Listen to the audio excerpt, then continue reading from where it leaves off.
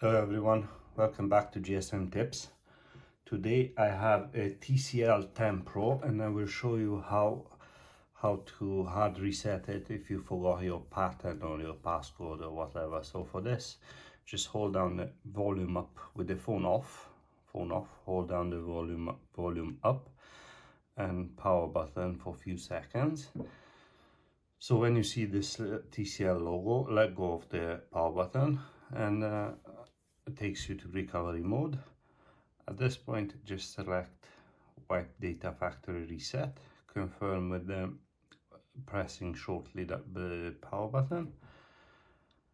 Again, select Factory Data Reset, confirm again, and it should be done in a few seconds.